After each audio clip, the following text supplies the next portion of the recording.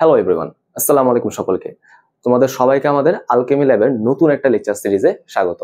তবে আজকে থেকে যেটা আমি তোমাদের বলে রাখছিলাম যে তোমরা যারা এইচএসসি 26 ব্যাচে আসো তোমাদের জন্য একটা ফুল ডিটেলস এর একাডেমিক লেকচার ক্লাস নিয়ে আমাদের শুরু করার কথা ছিল, তাই তো? তো সেটাই হচ্ছে আমরা আজকে শুরু করতে যাচ্ছি। আমাদের এই লেকচার সিরিজের নাম হচ্ছে আমি দিছি একাডেমিক এক্সিলেন্স। ওকে, তার মানে এই লেকচার সিরিজ যদি তুমি একবার করে ফেলো তাহলে তোমার একাডেমিক কোনো জায়গায় কোনো রকমের কোনো গ্যাপ থাকবে না। এই ডিটেলস গুলো বা এই বেসিক কথাগুলো তোমরা যদি শিখে টেস্ট পেপার বা গাইড প্র্যাকটিস করো তাহলে হচ্ছে ইনশাআল্লাহ তোমরা বোর্ডে সিকিউ এমসিকিউ প্র্যাকটিস করতে পারবা এবং অ্যাডমিশনও তোমাদের জন্য কিন্তু হেল্প হবে, ঠিক আছে? সমস্যা নাই। তো এটা হচ্ছে বেসিক্যালি আমরা ফুল সিলেবাসের উপর করব। হ্যাঁ, 26 ব্যাচে যতদিন না নোটিস হয়, আমরা হচ্ছে গেস করতেই পারতেছি যে 25 যেহেতু শর্ট সিলেবাস করে দিছে আর শর্ট সিলেবাসটা আগানোর কথা না, ঠিক আছে? এখন থেকে তোমাদের ফুল সিলেবাসই হওয়ার কথা। ওকে, তো এটা যদি 26 ছাড়াও কেউ দেখো, 27 বা অন্য কেউ যদি দেখো, সমস্যা নাই। তোমাদের যদি ফুল সিলেবাস থাকে তখনই হচ্ছে এই ভিডিওটা তোমরা দেখে বেনিফিটেড হতে পারবে আর কি। ওকে, আচ্ছা, তো চলো আমরা শুরু করি। তো আজকে হচ্ছে বেসিক্যালি আমরা আমাদের ফার্স্ট পেপারের যে থার্ড চ্যাপ্টার মৌলের পর্যাবৃত্ত ধর্ম এবং রাসায়নিক বন্ধন সেটা আমরা শুরু করব। ওকে, সো দেখা যাক আমাদের কতগুলো টোটাল লেকচার লাগে। আজকে আমরা প্রথম লেকচার শুরু করতেছি। ওকে, চলো আমরা আগাই। দেখো, আমরা প্রথমেই দেখবো আজকে পর্যায় সারণী নিয়ে। ওকে, তো পর্যায় সারণীর মধ্যে আমাদের কি কি জিনিস পড়তে হবে সেগুলো নিয়ে আমরা একটু আলোচনা করার চেষ্টা করব। দেখো, পর্যায় সারণী বলতে কি বোঝায়? আমাদের যে বর্তমান পৃথিবী, সেই পৃথিবীতে যত রকমের মৌলিক পদার্থ আছে এই মৌলিক পদার্থকে একটি টেবিলের মধ্যে বিন্যস্ত করার যে প্রসেসটা, টেবিলের মধ্যে সাজানো যে প্রসেসটা, সেইটাই হচ্ছে আমাদের সেই পর্যায় সারণী। ওকে, তাহলে যেহেতু পর্যায় সারণী বলতে একটা টেবিল বোঝায়, এই টেবিলে কি থাকবে? আমাদের রোজ থাকবে, কলামস থাকবে, তাই না? এসব জিনিসটা, তাই না? আমরা যেটা দেখে অভ্যস্ত, তাই তো? এই যে দেখো, আমরা এই যে জিনিসটা দেখে আমরা অভ্যস্ত, সেটাই হচ্ছে আমরা এখন এক্সপ্লেন করার চেষ্টা করবো এটা কিভাবে আসছে, হ্যাঁ, কিভাবে সাজানো হলো। আচ্ছা, এখন বিষয় হচ্ছে এই যে মৌলকে সাজানোর যে বিষয়টা, এটা কিন্তু শুধুমাত্র পর্যায় সারণী থেকে আসে নাই, এটা কিন্তু তারও অনেক আগে থেকে শুরু হয়ে আসছে। তো মানে মৌলগুলোকে সাজানোর যে প্রচেষ্টা, তার মধ্যে সবচেয়ে উল্লেখযোগ্য যে বিজ্ঞানীর নামটা আমি বলবো সেটা হচ্ছে বিজ্ঞানী ল্যাভয়েশিয়ে। ওকে, বিজ্ঞানী ল্যাভয়েশিয়ে তিনি কি করলেন? তিনি যে তৎকালীন সময়ে 33টা মৌলিক পদার্থ যে আবিষ্কৃত হয়েছিল তাদেরকে তিনি ধাতু এবং অধাতু এই দুই ভাগে ভাগ করেন। ওকে, তারপরে কিন্তু আরো বিভিন্ন সায়েন্টিস্ট আসলেন, যেমন ধরো তোমরা এখানে ডোবে রাইনারের কথা বলতে পারো। ডোবে রাইনার, ওকে, তো তিনি কি করলেন? তিনি হচ্ছে ত্রয়ী সূত্র দিলেন। ত্রয়ী সূত্রটা কিরকম ছিল? যে আমি যদি পারমাণবিক ভরের ঊর্ধ্বক্রম অনুযায়ী তিনটা মৌলকে পরপর সাজাই, যারা হচ্ছে একই রকম ভৌত এবং রাসায়নিক ধর্ম প্রদর্শন করে, যেমন তিনটা হ্যালোজেন, তাহলে কি দেখা যায়? 1 এবং 3-এর ভরের সমষ্টির অর্ধেক, বা তুমি বলতে পারো 1 এবং 3-এর প্রথম এবং তৃতীয়র ভরের গড়টা দ্বিতীয়টার প্রায় সমান হয়ে যায়, এরকম বিষয়টা। সেটা হচ্ছে আমাদের ডোবে রাইনারের ত্রয়ী সূত্র। ওকে, আচ্ছা, এরপর হচ্ছে আমাদের জন নিউল্যান্ড। জন নিউল্যান্ড, তিনি কি করলেন? তিনি হচ্ছে মেনলি অষ্টক সূত্র দিলেন। তিনি কিন্তু একই রকম ভাবে মৌলগুলোকে সাজানোর চেষ্টা করলেন যে আমি পারমাণবিক ভরে ছোট থেকে বড় মানের দিকে মৌলগুলোকে সাজাবো। সাজানোর পর আমি কি দেখতে পারলাম? যে প্রতি অষ্টম মৌলের হচ্ছে ভৌত এবং রাসায়নিক বৈশিষ্ট্যের সাদৃশ্য দেখা যায়, ঠিক আছে? এরকম বিষয়টা, এটা হচ্ছে আমাদের সেই জন নিউল্যান্ডের কথা। আচ্ছা, এরপরে একজন সায়েন্টিস্ট আসলেন যার কথাটা আমরা খুব সুন্দর করে পড়বো, সেটা হচ্ছে বিজ্ঞানী মেন্ডেলিভ। মেন্ডেলিভ, মেন্ডেলিভ কি করলেন? তার সময় আবিষ্কৃত 63টা মৌল নিয়ে তিনি একটু পরীক্ষা নিরীক্ষা করলেন। তিনি দেখতে পারলেন যে বেশ কিছু মৌলের এখানে ধর্মের সাদৃশ্য পাওয়া যাচ্ছে, ঠিক আছে, ধর্মের মিল পাওয়া যাচ্ছে। সো এই মিল দেখে তিনি কি করলেন? পারমাণবিক ভর অনুযায়ী সাজায় আমি হচ্ছে তাদেরকে একটা টেবিলের মধ্যে বিন্যস্ত করতে পারি, ঠিক আছে? সেটাই হচ্ছে আমাদের প্রাথমিক পর্যায় সারণী। তার মানে তুমি বলতে পারো প্রাথমিক পর্যায় সারণীর ধারণা কে দিয়েছেন? বিজ্ঞানী মেন্ডেলিভ। ওকে, তো আমি জিনিসটা যদি এখানে একটু সাইড নোট করে ফেলি, দেখো এই যে সায়েন্টিস্টের কথাগুলো আমি পড়লাম, এর মধ্যে সবচেয়ে গুরুত্ব দিয়ে আমরা কার কথা বলবো? মেন্ডেলিভের কথা বলবো, ঠিক আছে? মেন্ডেলিভের কথা বলবো। মেন্ডেলিভের ধারণা থেকে কি আসলো বলো? প্রাথমিক পর্যায় সারণী। ওকে, এই যে আমি এখান থেকে লিখি প্রাথমিক পর্যায় সারণী।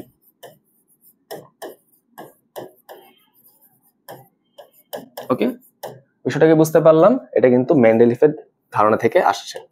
আচ্ছা, ঠিক আছে, এখন দেখো এই প্রাথমিক পর্যায় সারণীতে আমি কতগুলা মৌলকে বিন্যস্ত করি, তার সময় যে আবিষ্কৃত মৌল ছিল সেইগুলা, তাই না? কতগুলা ছিল সেটা বলো, 63টা, রাইট?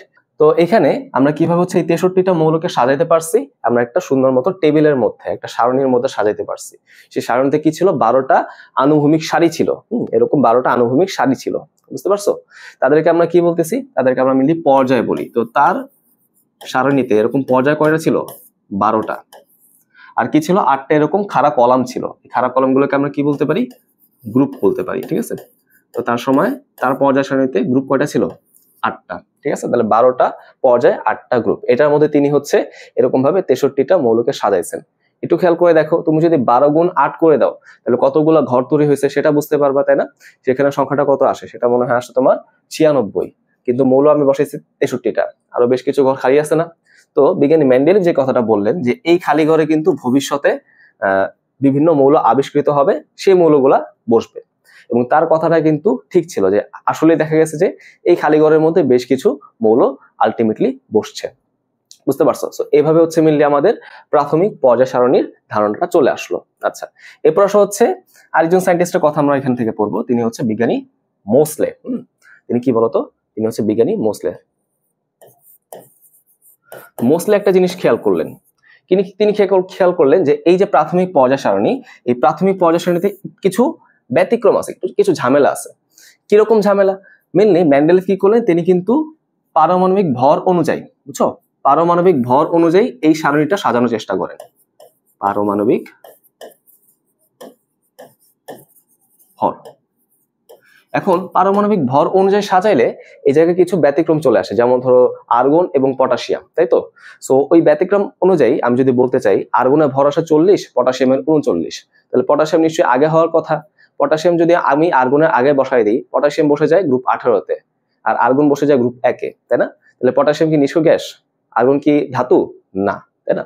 তার মানে মেনলি আমি যদি এই নিয়ম অনুযায়ী মৌলগুলোকে সাজাই, বেশ কিছু ব্যতিক্রম চলে আসে। সেই জিনিসটাকে সমাধান করার জন্য বিজ্ঞানী মোসলে তিনি হচ্ছে একটা থিওরি নিয়ে আসলেন।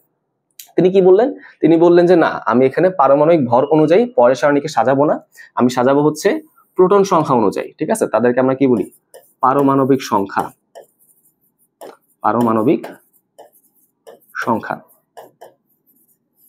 ওকে, আমি হচ্ছে ভর অনুযায়ী যদি না সাজায়, মৌলগুলা যে পরমাণু আছে তাদের মধ্যে নিউক্লিয়াসে কতগুলো প্রোটন আছে সেই অনুযায়ী যদি সাজাই, তাহলে ওই ব্যতিক্রমগুলা আর থাকবে না, ঠিক আছে?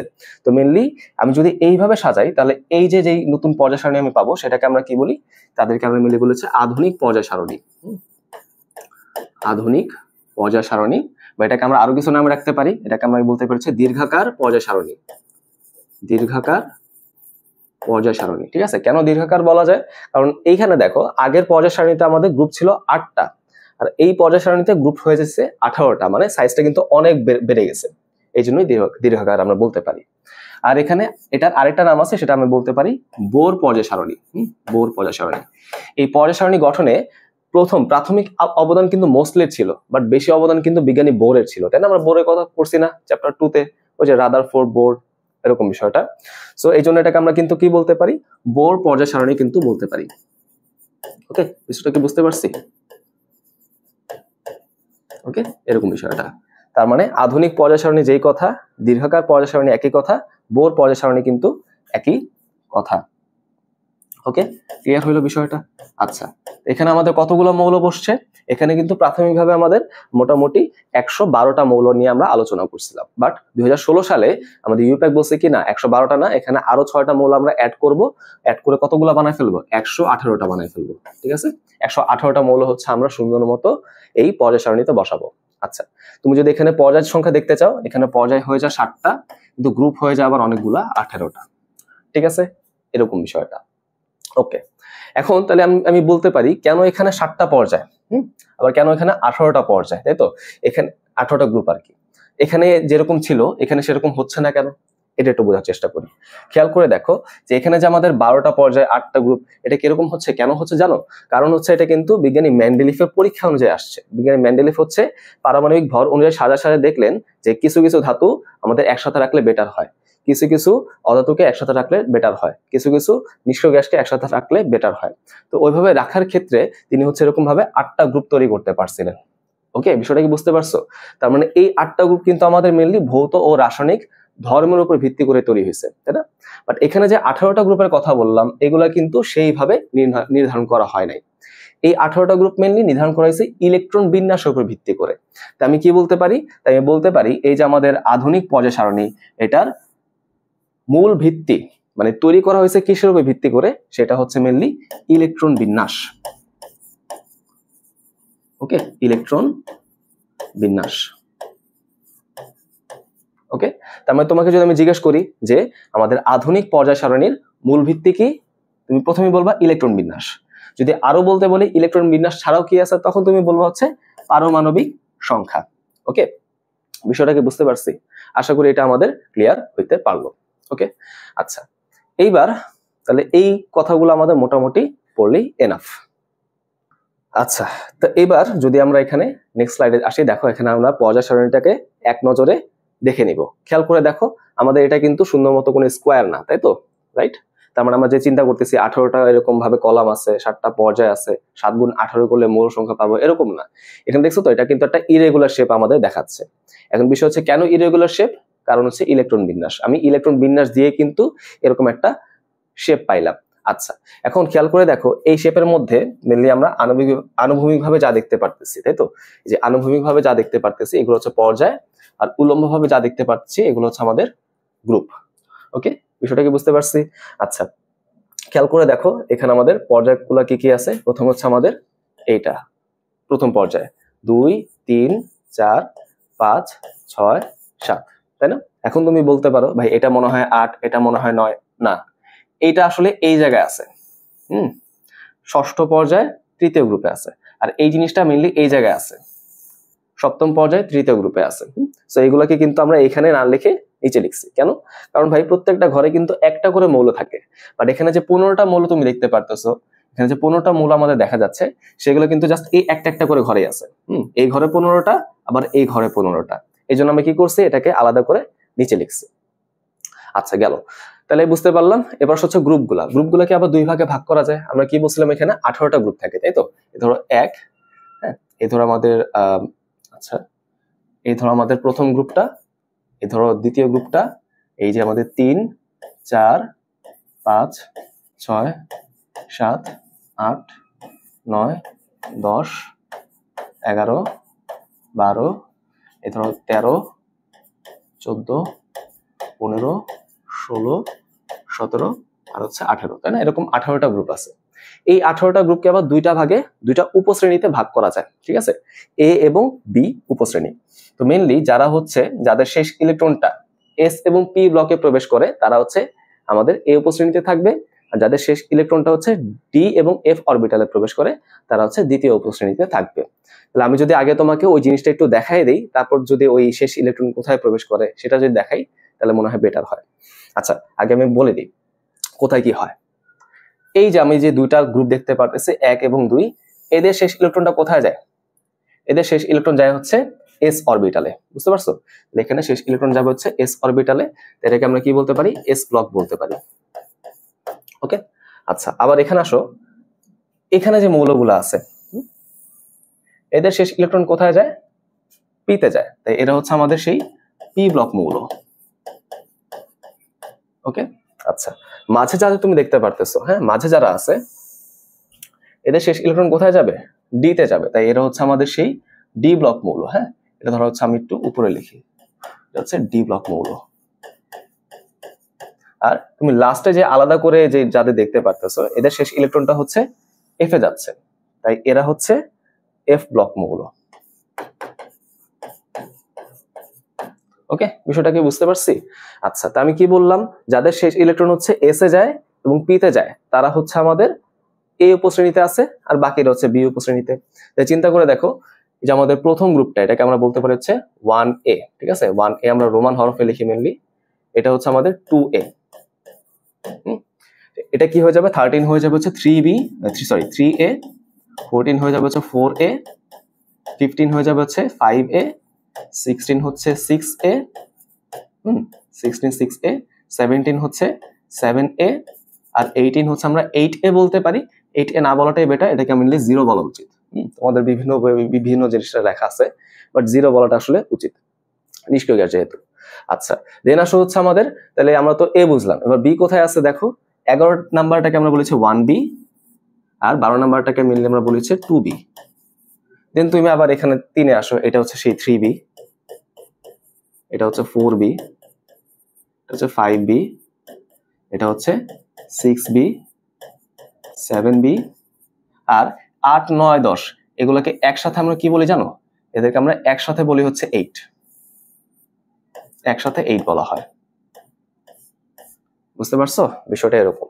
এবং কেন কোনটা এ কোনটা এ বি এটা আমরা কিন্তু বুঝছি, বাট কেন এটা 1A 1B 2A 2B এগুলো আসলে এত কিছু লাগবে না, জাস্ট তোমরা একটু নলেজ রাখলেই হবে, ঠিক আছে? এ কি আর বি কি, তাই না? আচ্ছা গেল, আশা করি তোমাদের আমি জিনিসটা বুঝাইতে পারলাম। আচ্ছা দেখি সামনে কি আছে, যে এখন কিছু খুঁটিনাটি জিনিসপাতি নিয়ে আমরা একটু আলোচনা করব। দেখো আমরা কিন্তু কি করছি, এখানে 7টা পর্যায় দেখছি, তাই না? পর্যায় 1 2 3 4 5 6 7। এখানে একটু খেয়াল করে দেখো, প্রত্যেকটা পর্যায়ে কিন্তু সমান পরিমাণ ঘর নাই, তাই না? কিছু পর্যায়ে বেশি আছে, কিছু পর্যায়ে কম আছে। হ্যাঁ দেখো খেয়াল করে, প্রথম পর্যায়ে শুধুমাত্র কি আছে, হাইড্রোজেন আছে, আর ওই পাশে দেখো হিলিয়াম আছে, তাই না? তাই আমাদের প্রথম পর্যায়ে মৌল সংখ্যা কত, আমি যদি এখানে লিখে দিই কোন পর্যায়ে কতগুলো মৌল আছে। প্রথম পর্যায়ে মৌল আছে মাত্র 2টা, এই জন্য এটাকে আমরা কি বলতে পারি, অতি হ্রস্ব পর্যায়। হ্রস্ব মানে ছোট, যেহেতু খুবই কম আছে তাই অতি হ্রস্ব পর্যায়। ওকে, তারপর খেয়াল করে দেখো 2 এবং 3 দুইটার মধ্যে হচ্ছে 8টা করে আছে। দেখো 2 এবং 3 এই দুটার মধ্যে কিন্তু 8টা করে মৌল আছে, তাই না? এই দুটার মধ্যে এদেরকে আমরা কি বলি, এদেরকে আমরা মিলিয়ে বলে হচ্ছে শুধুমাত্র হ্রস্ব পর্যায়। শুধুমাত্র এদেরকে বলবো হচ্ছে হ্রস্ব পর্যায়। আচ্ছা গেল। আচ্ছা এবার আসো হচ্ছে 4 এবং 5 এদের মধ্যে আবার কয়টা করে মৌল আছে, এদের মধ্যে হচ্ছে মেইনলি 18টা করে মৌল আছে। হ্যাঁ 4-এ 18টা, 5-এ 18টা। তো এদেরকে আমরা কি বলি, এদেরকে মিলিয়ে আমরা বলি হচ্ছে দীর্ঘ পর্যায়। বুঝছো? আচ্ছা আর 6 এবং 7 এখানে সবচেয়ে বেশি সংখ্যক মৌল আছে, দেখো 32টা। আমি যদি দেখাই আনি তোমাকে, দেখো 4 এবং 5-এর মধ্যে এখানে দেখো কতগুলো আছে, 18টা। 6 এবং 7-এর মধ্যে কতগুলো আছে, 32টা। তাই তো বলতে পারো কিভাবে 32 ভাই, দেখো এই ঘরটা যদি বাদ দাও হয় 17 আর এখানে 15, 17 15 কত হয়, 32 হয় না? এখানেও কিন্তু একই রকম ভাবে 32, এরকম বিষয়টা। যেহেতু এখানে সবচেয়ে বেশি মৌল আছে, এটাকে আমরা কি বলি, এটাকে মেনলি আমরা বলি হচ্ছে অতি দীর্ঘ পর্যায়। এটাকে আমরা বলবো অতি দীর্ঘ পর্যায়।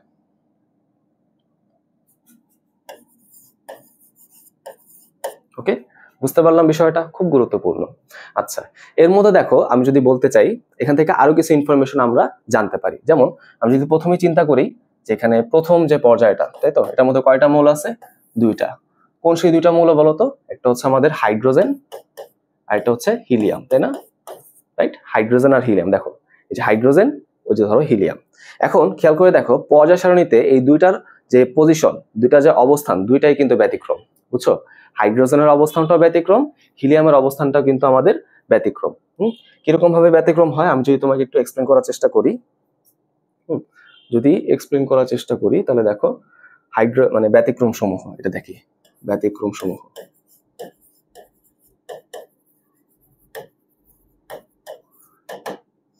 আচ্ছা তো ব্যতিক্রম প্রথমে কি আছে, প্রথমে হচ্ছে হাইড্রোজেন। হাইড্রোজেনটা কিভাবে ব্যতিক্রম, তুমি বলতে পারো ভাই আমি যদি হাইড্রোজেনের ইলেকট্রন বিন্যাস করি, ঠিক আছে, আমি যদি হাইড্রোজেনের ইলেকট্রন বিন্যাস করি, সেটা ইলেকট্রন বিন্যাস যেরকম আসবে এই গ্রুপের সবার ইলেকট্রন বিন্যাস কিন্তু একই রকম আসে। হ্যাঁ এটা আমরা সামনে দেখবো, যদিও ওরা আসে S1, ওরা S1 S1 S1 S1, তার মানে ইলেকট্রন বিন্যাস অনুযায়ী কিন্তু ঠিক আছে বিষয়টা, ওকে কোনো সমস্যা নেই। বাট আমি যদি ভৌত ধর্মগুলা দেখি, তাহলে এখানে যে লাল কালারের যে পার্টগুলো দেখতেছি এরা সবাই কিন্তু কি হয়, ক্ষারীয় প্রকৃতির হয়। বুঝছো? মানে এরা তো ধাতু, ধাতু হচ্ছে পানির সাথে বিক্রিয়ায় তীব্র ক্ষার তৈরি করে, এজন্য এদেরকে আমরা ক্ষার ধাতু বলি, একটু পরে পড়বো। তো যাই হোক, এদের প্রপার্টিজ যেরকম হাইড্রোজেনের প্রপার্টি কিন্তু সেরকম না। এই লালের সবাই হচ্ছে ক্ষার, ক্ষার ধাতু বা ধাতু তুমি চিন্তা করো, হাইড্রোজেনটা কিন্তু অধাতু, তাই না? তাহলে সে অধাতু হয়ে কিন্তু ধাতুর সাথে আছে, ব্যতিক্রম না, তাই না? ব্যতিক্রম। তার মানে এইভাবে তুমি বলতে পারো এই জায়গাটায় যে হাইড্রোজেনটাকে আমি কেন ব্যতিক্রম বলতেছি, তার ইলেকট্রন বিন্যাস কিন্তু ঠিক আছে, ঠিক আছে, আমি কিন্তু বলতে পারি সেই ইলেকট্রন বিন্যাস অনুযায়ী তার অবস্থানটা জাস্টিফাইড। হ্যাঁ কিন্তু আমি যদি ভৌত এবং রাসায়নিক ধর্ম চিন্তা করি, সেটা কিন্তু জাস্টিফাইড না, ভৌত ও রাসায়নিক ধর্ম।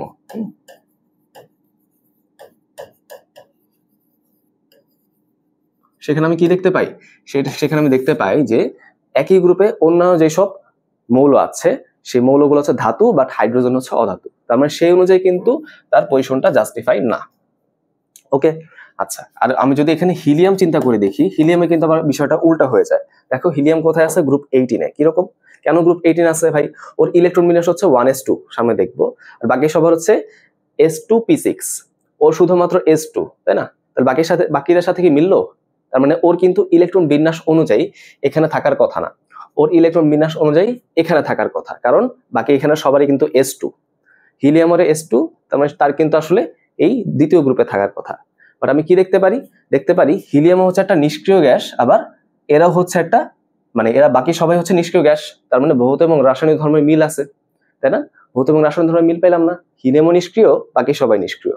তার মানে ভৌত এবং রাসায়নিক ধর্ম অনুযায়ী আবার তার পজিশনটা জাস্টিফাইড। হাইড্রোজেনের কিন্তু কি হচ্ছিল, ভৌত রাসায়নিক ধর্ম মিলতেছিল না, ওইখানে একটা ঘাপলা হয়ে গেছিল। বাট এখানে কিন্তু সেই ঘাপলাটা হয় নাই। এখানে কিসের ঘাপলা হয়েছে? ইলেকট্রন বিন্যাস।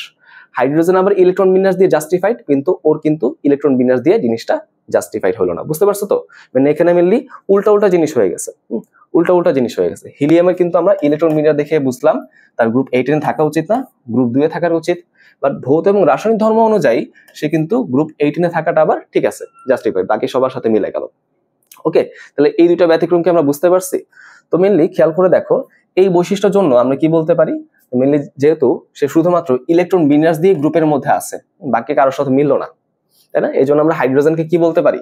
দুষ্ট মৌল বলতে পারি। ঠিক আছে, হাইড্রোজেনকে কি বলা যায়? দুষ্ট মৌল। এইভাবে বলি আমি, দুষ্টু মৌল। ওকে, গেল কিন্তু, হ্যাঁ, ওকে, ঠিক আছে। এবং বলতে পারবে ভাই হিলিয়াম কেন দুষ্ট মৌল হইলো না? নামকরণ করা হয়নি, শেষ। আচ্ছা, গেল। তাহলে কিন্তু আমরা হাইড্রোজেন আর হিলিয়ামের কাহিনী বুঝে ফেললাম, হ্যাঁ। আচ্ছা, এই যে দ্বিতীয় এবং তৃতীয় পর্যায় আছে, এই পর্যায়গুলোকে আমরা কি বলতে পারি জানো?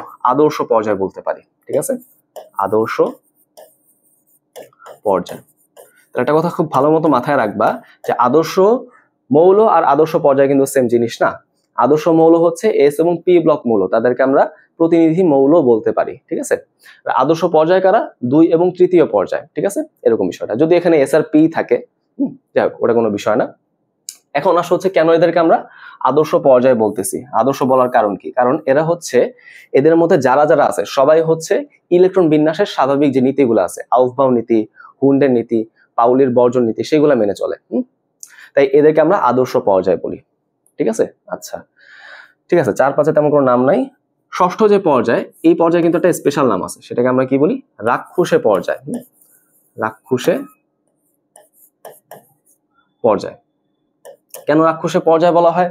রাক্ষস যেমন যা পায় তাই খেয়ে ফেলে। এখানে যে ধাতুগুলা থাকে, হ্যাঁ, পর্যায় 6 যে ধাতুগুলো থাকে, তারা হচ্ছে এরকম অনেক বেশি রিঅ্যাক্টিভ হয়, অনেক বেশি বিক্রিয়া করতে চায়। হ্যাঁ, ভারী ধাতুগুলো অনেক সহজেই বিক্রিয়া করে ফেলে, এই জন্য এদেরকে আমরা রাক্ষসে পর্যায় বলি।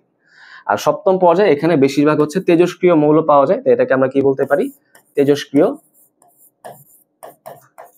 পর্যায় বলতে পারি। হ্যাঁ, তেজস্ক্রিয় পর্যায় বলতে পারি। ওকে, তাহলে এই যে অপর নামগুলা বা এই যে ঝামেলাগুলা, এগুলো কি তোমরা বুঝতে পারছো? কোনটা কিভাবে তুমি সলভ করবা? আশা করি আমি তোমাদের জন্য একটু হলেও ইজি করে দিতে পারছি। আচ্ছা, তাহলে এইবার গেল হচ্ছে আমাদের এই জিনিসগুলা, চলে আসছে সামনে। সেটার মধ্যে আছে কি? ব্লক সমূহের পরিচিতি, তাই তো? অর্থাৎ যে আমি বললাম এস, পি, ডি, এফ কোনটা কিরকম কি হয় সেটা আমরা দেখার চেষ্টা করবো। আচ্ছা, প্রথমে আসা হচ্ছে এস ব্লক। আমি কি বলছিলাম? ইলেকট্রন বিন্যাসে যাদের শেষ ইলেকট্রনটা হচ্ছে এস অরবিটালে প্রবেশ করে, তারাই হচ্ছে আমাদের এস ব্লক মৌল, তাই না? এরা ইলেকট্রন বিন্যাসে শেষ ইলেকট্রনটা এস অরবিটালে প্রবেশ করবে। ওকে, আচ্ছা, এখন দেখো এখানে আসলে কারা কারা আছে। দেখো সবগুলা পর্যায়ে এখানে থাকবে 1 থেকে 7, জাস্ট 2টা গ্রুপ এখানে থাকবে, তাই তো? 1 এবং 2। তার মানে তুমি এটাকে এভাবে লিখতে পারো যে, তুমি যদি এখানে পিরিয়ড চিন্তা করো, পর্যায় পিরিয়ড যদি চিন্তা করো, কোন পিরিয়ড গুলো আছে? 1 থেকে 7 সবাই আছে। ওকে, আর যদি গ্রুপ চিন্তা করো, জি আর গ্রুপ, সেটা কি আছে? 1 এবং 2, মাত্র 2টা গ্রুপ আছে, তাই না? তাহলে এখন তুমি যদি চিন্তা করে দেখো ভাই, 1-এর মধ্যে কতগুলা মৌল আছে? দেখো 1-এর মধ্যে কে কে আছে? 1 থেকে 7 পর্যন্ত তুমি হচ্ছে 7টা মৌল পাবা, তাই তো? 2-এর মধ্যে কি আছে? খেয়াল করে দেখো, তুমি যদি এখন এখানে দেখো যে দ্বিতীয় গ্রুপে কিন্তু প্রথম পর্যায়ে কোনো মৌল নাই, তাই তো? এই জায়গাটা কিন্তু গ্যাপ। তাহলে এখানে কি আছে? 6টা মৌল আছে, রাইট? তার মানে এখানে তুমি চিন্তা করে দেখো, এখানে কি আছে? এখানে কিন্তু মাত্র 6টা মৌল আছে, প্রথম পর্যায়ে কেউ নাই, তাই না? তাহলে যোগ করলে কত আসে বলো? যোগ করলে কিন্তু আসে হচ্ছে 13। বাট এস ব্লক মৌল কিন্তু 13টা না। কেন? কারণ তুমি যদি বাই ডেফিনেশন আসো, তাহলে কি বলছিলাম, শেষ ইলেকট্রনটা কোথায় যাইতে হবে? এস অরবিটালে যাইতে হবে। হিলিয়ামের ইলেকট্রন বিন্যাসটা কিরকম হয়? 1s2, শেষ ইলেকট্রন এসে গেছে। তার মানে হিলিয়াম কিন্তু গ্রুপ 18তে থাকা সত্ত্বেও সে হচ্ছে একটা এস ব্লক মৌল, তাই না? আমরা অনেকে বলি কি এটাকে আমরা এই জায়গায় চিন্তা করি, তাই তো? তাই না? নর্মাল নিয়ম মতে কিন্তু এখানে থাকা উচিত তার, তাই তো? এরকম বিষয়টা। তাই হিলিয়াম কিন্তু গ্রুপ 18তে থাকা সত্ত্বেও সে একটা এস ব্লক মৌল। তার মানে এখানে আমি কি করব? এখানে আমি কিন্তু সাথে হিলিয়ামকেও চিন্তা করব। এই এক হচ্ছে কাকে বোঝায়? হিলিয়ামকে বোঝায়। কত হয়ে গেল বলো? এখানে হয়ে গেল হচ্ছে 14টা মৌল। তাহলে এস ব্লক মৌল হয় কয়টা? 14টা, তাই না? আচ্ছা, এখন যদি আমি এটার সাধারণ ইলেকট্রন বিন্যাস দেখার চেষ্টা করি, হ্যাঁ, আমি যদি এটা সাধারণ ইলেকট্রন বিন্যাস দেখার চেষ্টা করি, তাহলে কিরকম আসবে দেখো? NS1 অথবা NS2, প্রথম গ্রুপের জন্য 1, দ্বিতীয় গ্রুপের জন্য 2। আচ্ছা, এবার চলে আসছে পরেরটা, পি ব্লক। পি ব্লকের জন্য বিষয়টা কিরকম হয়? তুমি যদি আবার ছবিতে চলে যাও, দেখো আমাদের পি ব্লকটা কোথায় আছে? মেনলি হিলিয়াম বাদ চলে গেল, তাহলে প্রথম পর্যায়ে পুরোটাই বাদ। দ্বিতীয় থেকে সপ্তম পর্যায়, ঠিক আছে, 2 থেকে 7, এদের সবাই হচ্ছে আমাদের কি পি ব্লক না? গ্রুপ কোনগুলা? 13 থেকে 18 পি ব্লক, রাইট? তার মানে 2 থেকে 7 পর্যায়ে 13 থেকে 18 নাম্বার গ্রুপ এরা, তাই তো? তাহলে পর্যায় হচ্ছে 2 থেকে 7 আর গ্রুপ হচ্ছে 13 থেকে 18, তাই না?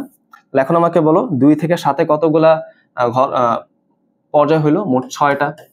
আর 13 থেকে 18-তে কয়টা হলো? 6টা। তাহলে যদি গুণ করে দাও, 6 গুণ 6 কত আসবে? 36। এখানে কতগুলো মৌল আছে বলো? 36টা মৌল আছে। ওকে, বিষয়টা কি বুঝতে পারলাম? আচ্ছা, যদি এখন আমি সাধারণ ইলেকট্রন বিন্যাস দেখার চেষ্টা করি, এখানে কিরকম হয় দেখো?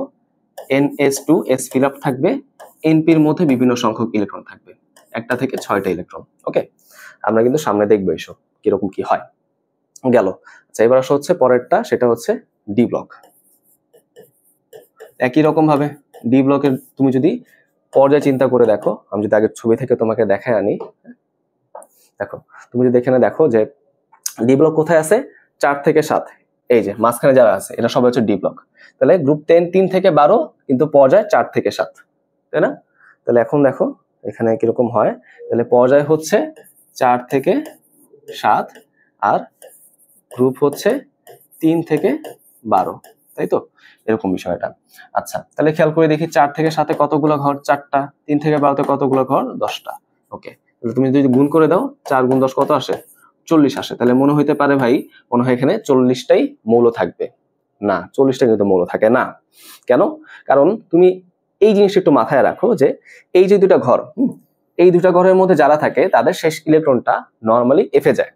নর্মালি কোথায় যায়? এফে যায়। তার মানে এরা কিন্তু আমাদের ডি ব্লক মৌল হবে না। তাহলে তুমি ওই 40টা ঘর থেকে 2টা ঘর বাদ দাও, তাই না? 2টা ঘর কি করবা? এখান থেকে বাদ দিলা। ওকে, 2টা ঘর তুমি বাদ দিলা। কেন বাদ দিলা আমি এটাও তোমাদের লিখে দিই।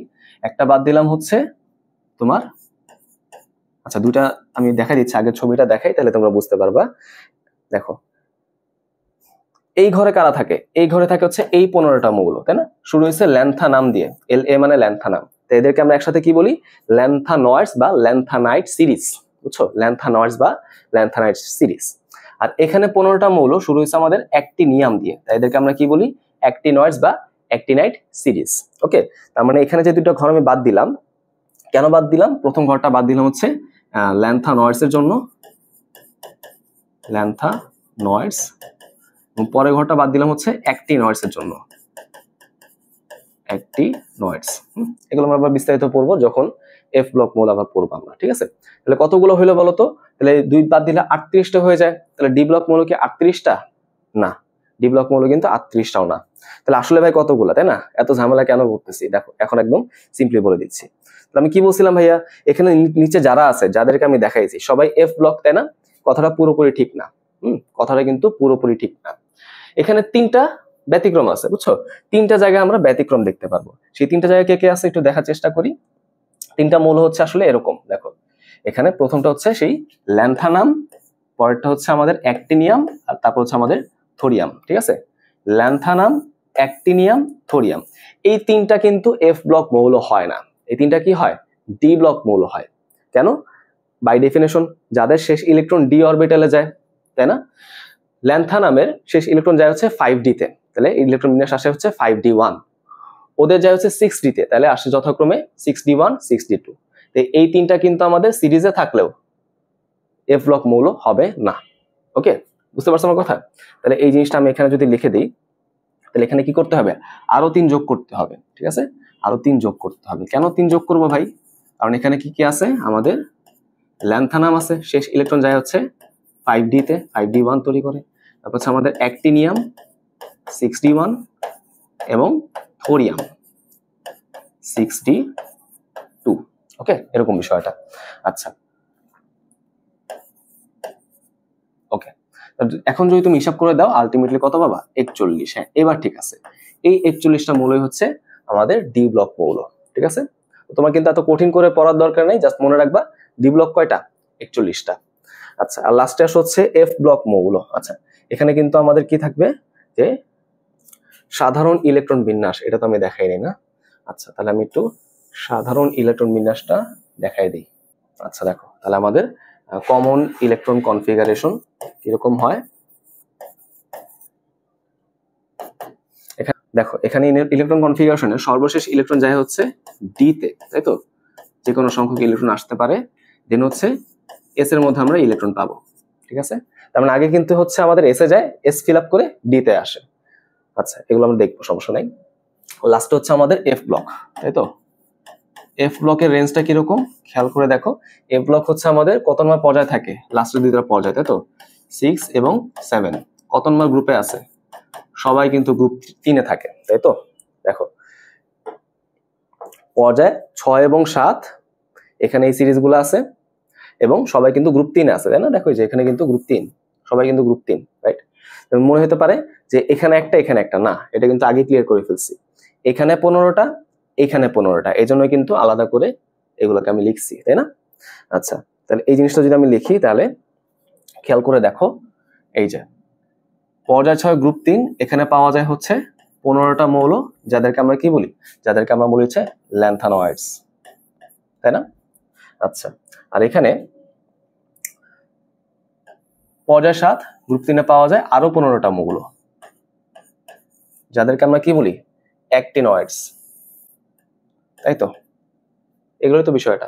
আচ্ছা, এখন যদি আমি এইগুলাকে যোগ করে দিই তাহলে আলটিমেটলি কত পাচ্ছি? যোগ করলে পাওয়া যায় হচ্ছে 30, তাই না? 30 পাওয়া যায়। 30টা মৌল তো হবে না, কারণ এই সিরিজ থেকে কিন্তু এই 3 জন বাদ চলে গেছে, তাই তো? তাহলে তুমি 30 থেকে কি করবা? 3 বাদ দিবা, কত হয়? 27। তাহলে 27টা হচ্ছে আমাদের এফ ব্লক মৌলের সংখ্যা। তাহলে আরেকবার একটু রিভিশন করি। এস ব্লক হচ্ছে 14টা, পি ব্লক হচ্ছে 36টা, ডি ব্লক 41টা, এফ ব্লক হচ্ছে 27টা। মনে থাকবে?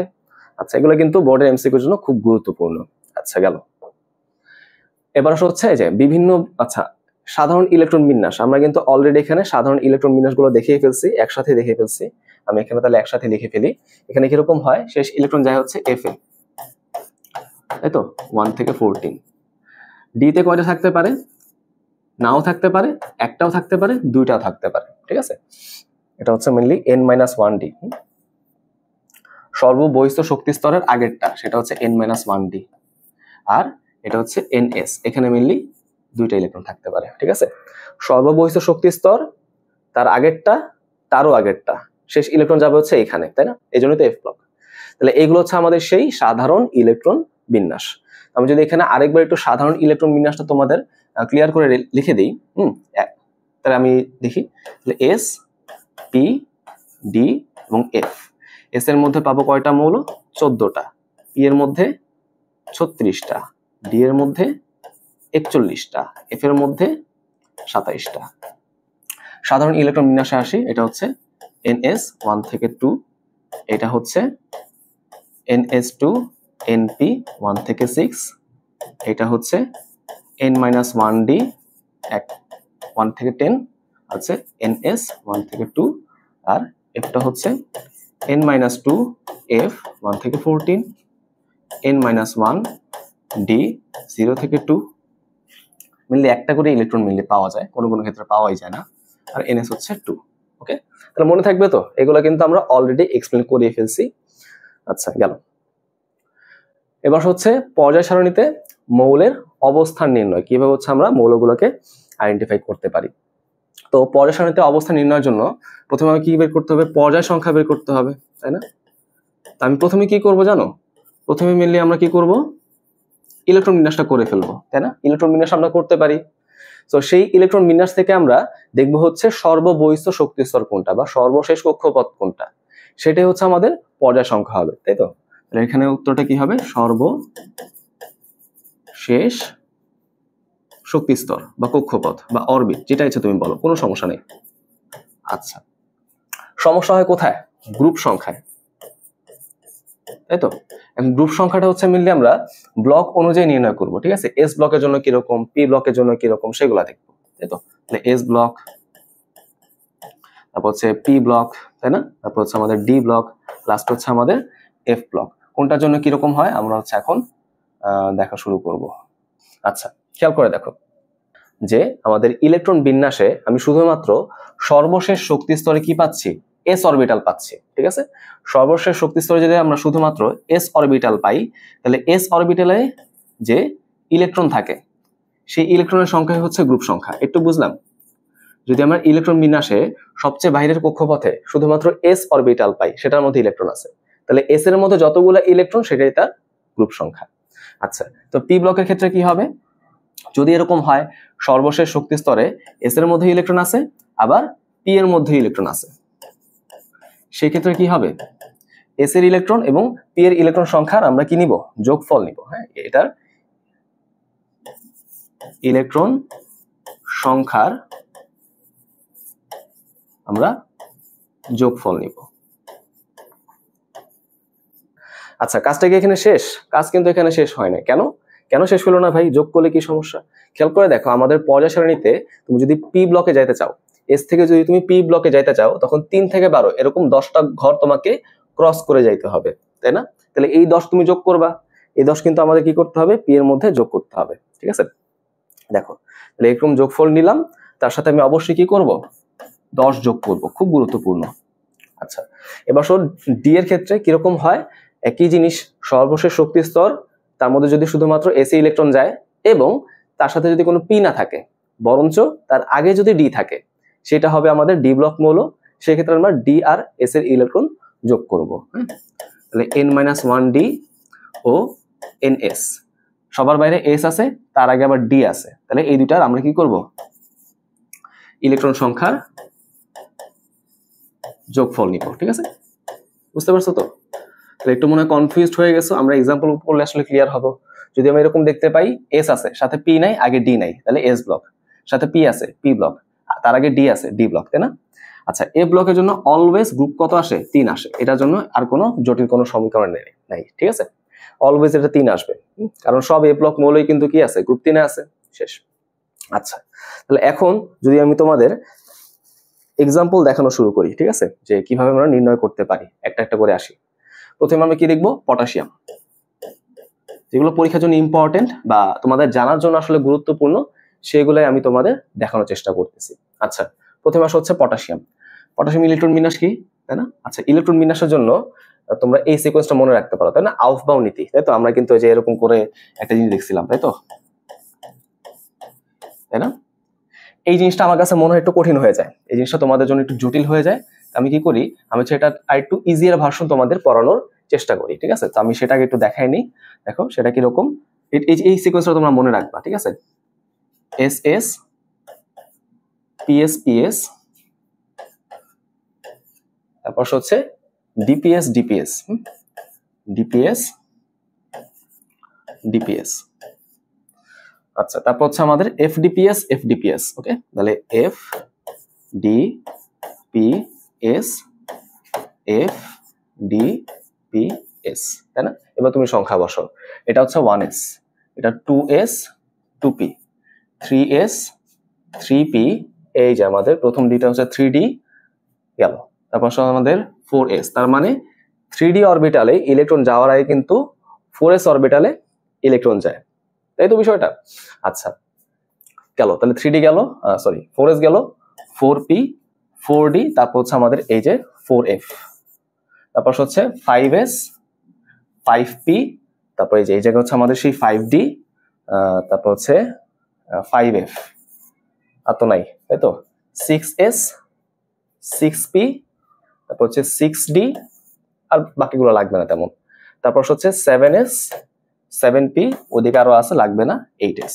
এগুলো মেনলি পড়লেই হয়। এখানে শক্তির কিন্তু ঊর্ধ্বক্রম দেওয়াটা আছে, ঠিক আছে?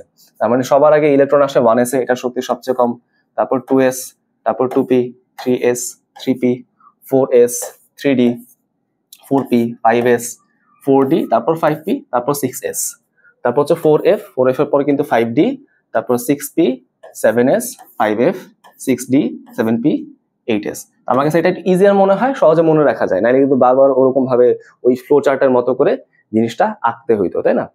আশা করি ভাই তোমরা এই জিনিসটা মাথায় রাখতে পারবা, অথবা তোমার যদি এটা পছন্দ না হয় তুমি তোমার মতো করে করো, যেভাবে শিখছো সেভাবে করো, কোনো সমস্যা নাই। ওকে, তাহলে এটা আমরা একটু মাথায় রাখবো, ঠিক আছে? এটার সাথে আরেকটা জিনিস মাথায় রাখবো, সেটা হচ্ছে আমি যদি বড় বড় পারমাণবিক সংখ্যা বিশিষ্ট বড় বড় পারমাণবিক সংখ্যা বিশিষ্ট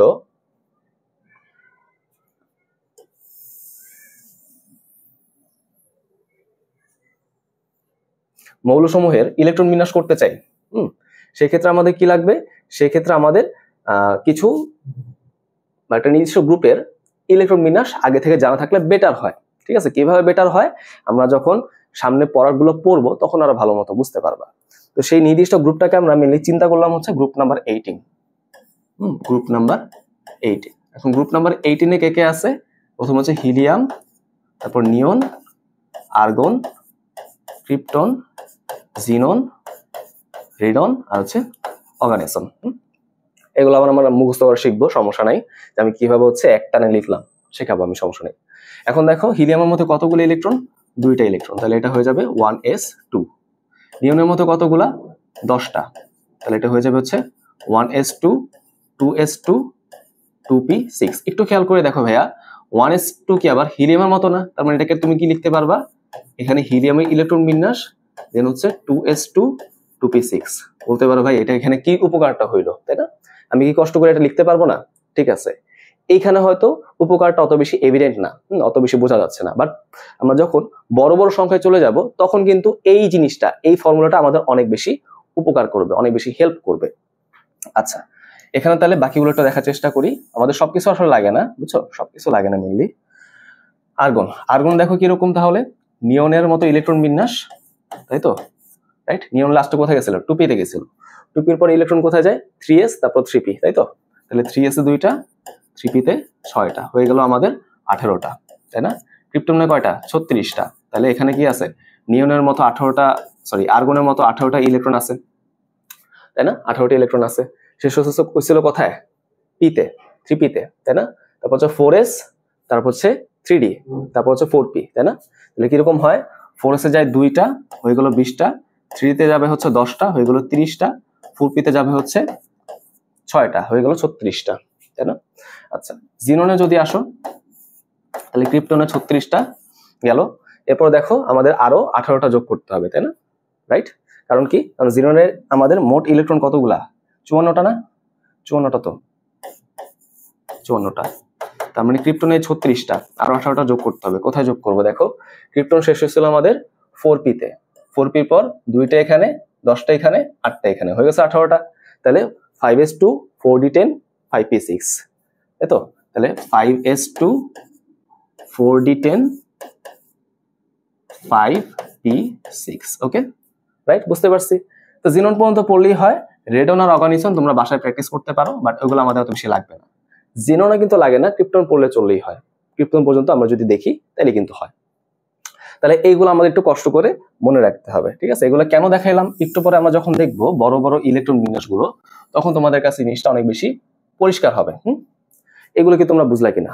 না বুঝলেও জাস্ট এই পর্যন্ত তোমরা নোট করে ফেলো, মুখস্থ করে ফেলো। আচ্ছা, এবার আমরা আসলে হচ্ছে একটা একটা করে দেখার চেষ্টা করি কিভাবে আমরা গ্রুপ সংখ্যা এবং পর্যায় সংখ্যা বের করতে পারি। প্রথমে আসো হচ্ছে পটাশিয়াম, সহজটা দিয়ে শুরু করি। পটাশিয়াম কতগুলো ইলেকট্রন আছে? 19টা। তাহলে ইলেকট্রন বিন্যাস কিরকম হবে? 1s2, 2s2, 2p6, তারপর কি হবে দেখো এখানে 10টা হয়ে গেছে, 3s2, 3p6, 4s1, তাই না? আচ্ছা, গেল। এটাকে কিন্তু চাইলে আমরা আরেকভাবে লিখতে পারি। কিরকম ভাবে? খেয়াল করে দেখো 19 সংখ্যাটা এখানে কোন সংখ্যার কাছাকাছি আছে বলতো? নিশ্চয়ই 18-র কাছাকাছি আছে না, তাই তো? 18-র কাছাকাছি আছে, 18-র সাথে 1 যোগ করলে 19। অর্থাৎ আমি যদি আর্গনের মতো ইলেকট্রন বিন্যাস নেই, তারপরে যদি একটা ইলেকট্রন বসাই দেই, তাহলে কাজ হয়ে যাবে। সেটা কি বুঝতে পারছো? আমি যদি আর্গনের মতো ইলেকট্রন বিন্যাস নেই, যে নিয়ন 3s2 3p6, তারপরে একটা বসাই দিলে আমাদের পটাশিয়াম হয়ে যায়। কোনো ডাউট কি আছে? ডাউট নাই কিন্তু। তাহলে আমি বসাই দিই এখানে, তাহলে এখানে একটু পার্ট হচ্ছে আর্গনের মতো, তাই না? আমি বসাই দিলাম, তাহলে আর্গন, এই 15তম ইলেকট্রন কোথায় গেল? 4s এ, তাই না? এখন বিষয় হচ্ছে পরীক্ষা খাতায় যদি আমি এমনি লিখি, কোনো সমস্যা কি হবে? উত্তর হচ্ছে না, কোনো সমস্যা হবে না, বোর্ডে কোনো প্রবলেম করবে না। তোমাদের কলেজের টিচাররা হয়তো একটু সমস্যা করতে পারে, তো আমি তোমাদের সাজেস্ট করবো তোমরা হচ্ছে এইভাবেই লেখো, এইভাবে তোমরা হচ্ছে লেখা শেখো। বাট এইভাবে কিন্তু করা যায়, এইভাবে হচ্ছে বুদ্ধিমানের কাজ, এইভাবে করাটা বেটার। বুঝতে পারছো? আচ্ছা, তাহলে খেয়াল করে দেখো আমাদের শেষ ইলেকট্রন কোথায় গেল? 4 নাম্বার শক্তি স্তরে গেল। তাহলে এটা কত নম্বর পর্যায়ে আছে? চতুর্থ পর্যায়ে। কত নম্বর গ্রুপে আছে? দেখো শুধুমাত্র এস আছে, আগে পরে কিছু নাই। তাহলে গ্রুপ হচ্ছে 1, এস ব্লক মৌল, তাই তো? এস ব্লক মৌল গেল। আচ্ছা, এরপর হচ্ছে পরেরটা দেখি, আরেকটা দেখি আর কি। নিকেল, নিকেল হচ্ছে 28। তাহলে দেখো 28 সংখ্যাটা কার কাছাকাছি দেখার চেষ্টা করি। তুমি কিন্তু চিন্তা করতে পারো 18 থেকে 10 ঘর পরে হচ্ছে 28, তাই না? তাহলে আর্গনে ইলেকট্রন বিন্যাস, রাইট? তাহলে চিন্তা করে দেখো এখানে আমাদের হচ্ছে আর্গনে ইলেকট্রন বিন্যাস চলে গেল 18টা ইলেকট্রন, রাইট? তারপর হচ্ছে আমাদের বাকি ইলেকট্রনগুলো কোথায়? আর্গনের শেষ ইলেকট্রন গেছে হচ্ছে 3p তে। তাহলে 3p এর পরে ইলেকট্রন কোথায় যাবে? 4s এ যাবে 2টা, 3d যাবে হচ্ছে 10টা, তাই না? এরকম বিষয়টা। আমাদের মোট লাগবে হচ্ছে 10টা। তাহলে আমি হচ্ছে 4s এ বসাই দিলাম 2টা, আরো 8টা বাকি, সেই 8টা যাবে হচ্ছে 3d তে। তাহলে করতে পারবো না এখন? তোমরা কিন্তু 9, 10 এসব শিখছো কিভাবে ইলেকট্রন বিন্যাস করতে হয়, প্লাস তোমরা কিন্তু গুণগত রসায়নে শিখছো, বাট এভাবে কি শিখছো? আমি কি তোমাদের নতুন কিছু দিতে পারতেছি কিনা দেখো তো। আচ্ছা, তাহলে এখন যদি তুমি এখন চিন্তা করো সর্ববহিষ্ঠ শক্তিস্তর কোনটা? সবচেয়ে বাইরের শক্তিস্তর 4 নাম্বারটা। তাহলে পিরিয়ড আছে তোমার 4।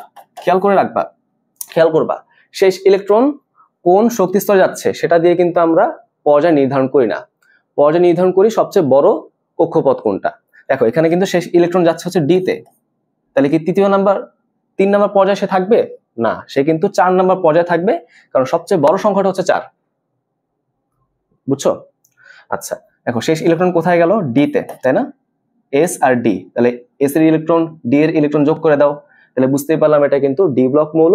সো ডি ব্লক মৌলের জন্য গ্রুপ সংখ্যা কিভাবে বের করে? ডি এর ইলেকট্রন প্লাস এস এর ইলেকট্রন করে, তাই না? 10 নম্বর গ্রুপে আছে। বুঝতে পারছি বিষয়টা? আশা করি ক্লিয়ার। আচ্ছা, এরপর হচ্ছে আমরা পরেরটা দেখি, সেটা হচ্ছে সেলেনিয়াম।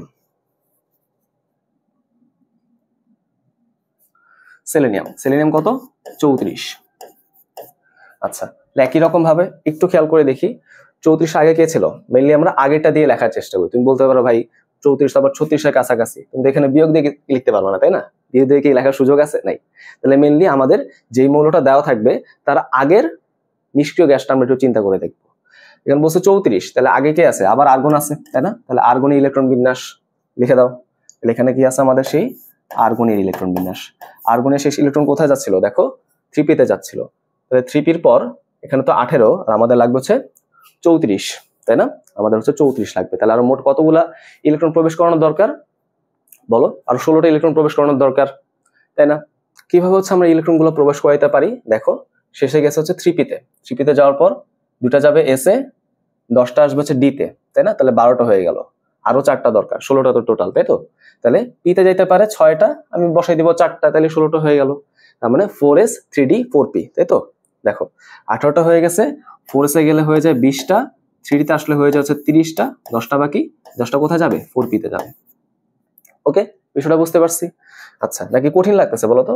আমি কি সহজ করলাম নাকি কঠিন করলাম? আমার কাছে এটা সহজ মনে হয়। আমি যখন স্টুডেন্ট ছিলাম আমি এইভাবেই চিন্তা করতাম বিষয়গুলো। হ্যাঁ, তো আমি ইনশাল্লাহ তোমাদের কাছে জিনিসগুলোকে একটু ইজি করে রিপ্রেজেন্ট করার চেষ্টা করতেছি, তোমরা আসলে জিনিসগুলো বুঝতেছো।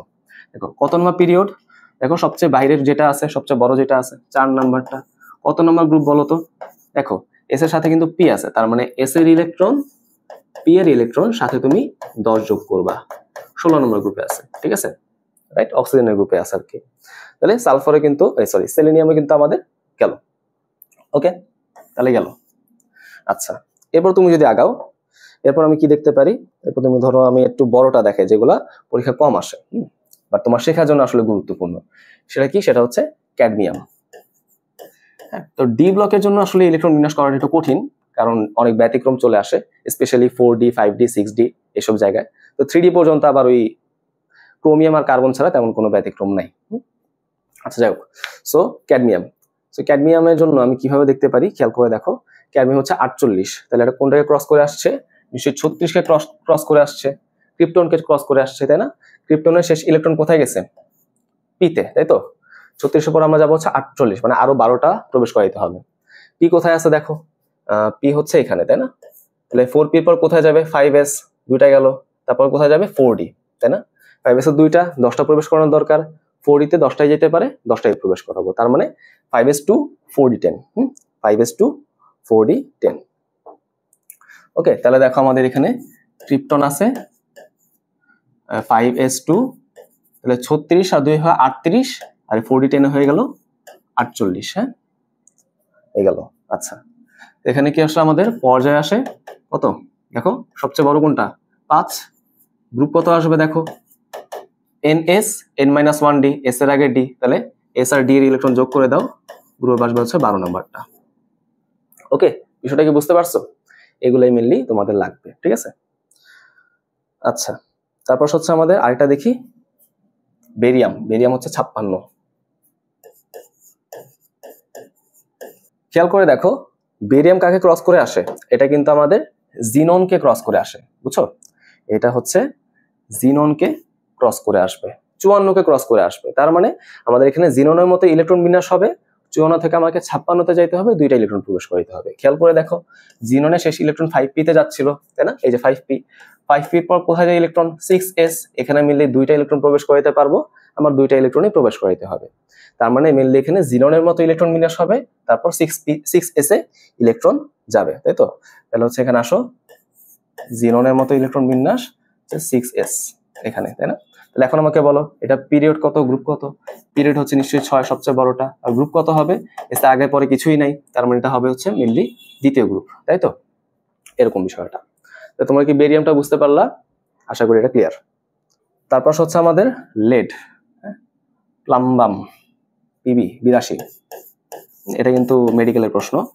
আচ্ছা, এবার হচ্ছে আমি 82 কিভাবে সলভ করতে পারি দেখি। 82 কাকে ক্রস করে আসছে দেখো তো? 82 মেনলি আমাদের জিননকে ক্রস করে আসে, তাই তো? এই রেডন, এটা কিন্তু আমাদের কত আসে? এটা কিন্তু 86 আসে। তার মানে 82 হইতে গেলে কিন্তু জিননকে ক্রস করে যাইতে হবে, তাই তো? রাইট, জিননকে ক্রস করে আমরা কত ঘর যাব? মেনলি আমাদের 82 - 54, 28 ঘর যাইতে হবে, তাই তো? তুমি ক্যালকুলেটর দিয়ে একটু হিসাব করে নিতে পারো, মেনলি 28 ঘর যাইতে হবে আর কি। 5P পর কোথায় যায়? 5P পর ইলেকট্রন যায় হচ্ছে 6S এ, দুইটা গেল। ওকে, আরো 26টা দরকার। 6S এর পর কোথায় যাবে? 4F এ, গেল 14টা। এরকম বিষয়টা। তাহলে 14টা গেলে আমাদের কত থাকে? 26 থেকে 14 বিয়োগ করে দাও, 12 হয় না? 12 হয় তো? আচ্ছা, 12 হয়। আচ্ছা ঠিক আছে, তারপর দেখো 12টার মধ্যে আবার 10টা ইলেকট্রন যাবে হচ্ছে 5D তে, তাই না? তাহলে আরো দুইটা বাকি থাকে, দুইটা কোথায় যাবে? 6P তে যাবে। গেল, হয়ে গেল বিষয়টা। দেখো যোগ করলে কি আমাদের আবার মিলে যায় না? হ্যাঁ, 28 মিলে গেল, তাই না? বিষয়টা এরকম। তা আমাদের জিনিসটা কি কোথায় কোথায় যাবে দেখো? 6S এ যায়, 4F এ যায়, 5D তে যাবে, 6P তে যাবে। কয়টা করে? 6S 2, 4F 14, 5D 10, 6P 2, তাই না? তুমি সাজায় লেখো, সাজায় লিখলে 4F 14, 5D 10, 6S 2, 6P 2। কঠিন লাগলো কিনা আমাকে একটু বলো তো, একটু সহজ করে দেওয়ার চেষ্টা করতেছে। হ্যাঁ, কঠিন হলে তো আসলে হলো না। দেখো জিনন, এই যে আমাদের জিনন। তারপর কোথায় গেল দেখো? 4F 14, 5D 10, তারপর আমরা কি দেখতেছিলাম? 6 দেখতেছিলাম, তাই না? এখানে হচ্ছে, হ্যাঁ, আমরা কিন্তু 6 দেখতেছিলাম, তাই তো? দেখো 6। আচ্ছা, তাহলে তারপর 6S 2 আর হচ্ছে 6P 2, রাইট? আচ্ছা, তাহলে এখন যদি আসি যে আমাদের পিরিয়ড কত, এটা আসে 6, আর গ্রুপ কত বলো? S আর P তে আসছে, মানে কি আসবে এটা? অবশ্যই এটা হচ্ছে আমাদের সেই P ব্লক মূল। তার মানে নিশ্চয়ই আমি S এর সাথে P যোগ করব, তার সাথে আবার 10 যোগ করব, কত আসবে? 14, রাইট? তাহলে এই হচ্ছে এইভাবে আমরা পর্যায় এবং গ্রুপ নির্ণয় করতে পারি, ঠিক আছে? এই, তাই না? আশা করি তোমরা বুঝতে পারছো, এত বড় বড় জিনিসগুলো আসলে আসে না, তোমাদের জাস্ট দেখানোর জন্যই দেখাইলাম। হ্যাঁ, আচ্ছা কেন, তো এইভাবে হচ্ছে আমরা এগুলোই দেখলাম। এবার আমরা কিছু বিগত বছরের প্রশ্ন দেখার চেষ্টা করব। তোমরা যেহেতু ফুল সিলেবাস ব্যাচ, তো তোমরা কি করবা, এই শর্ট সিলেবাসের প্রশ্নগুলো করার পাশাপাশি অবশ্যই আমাদের সেই আগের প্রশ্নগুলো তোমাদের সলভ করতে হবে, ঠিক আছে? ওই 19, 18, 17, 16, 15 এই প্রশ্নগুলো তোমাদের সলভ করা দরকার, কারণ সেগুলো কিন্তু ফুল সিলেবাসের ব্যাচ ছিল। আচ্ছা দেখি, এস ব্লক মৌল কয়টা? 14টা, তাই তো? এগুলো কিন্তু পড়ে ফেলছি। পি ব্লক কয়টা বলো? 36টা, তাই না? তারপর হচ্ছে ডি ব্লক কয়টা? ডি ব্লক হচ্ছে আমাদের 41টা, আর এ ব্লক হচ্ছে কয়টা? 27টা, রাইট? এই হচ্ছে আমাদের বিষয়গুলো। সো এটার মাধ্যমে হচ্ছে মেনলি আমরা প্রথম পার্টটুকু শেষ করে ফেললাম। ইনশাআল্লাহ আমরা সেকেন্ড লেকচার হচ্ছে ব্লক কেমিস্ট্রি নিয়ে আলোচনা করব। এস ব্লকে কি কি আছে, তাই না? তাদের কি বৈশিষ্ট্য আছে, পি ব্লকে কারা কারা আছে, তাদের কি বৈশিষ্ট্য, এভাবে হচ্ছে আমরা আলোচনা করার চেষ্টা করব। তো তোমরা ক্লাসটা করে ফেলো, সবাই ভালো থাকো। অবশ্যই কোনো ডাউট থাকলে আমাকে কমেন্টে বলতে পারো, অথবা আমার সাথে পার্সোনালি তোমরা যোগাযোগ করতে পারো, ঠিক আছে? আচ্ছা, তাহলে থাকো। আসসালামু আলাইকুম।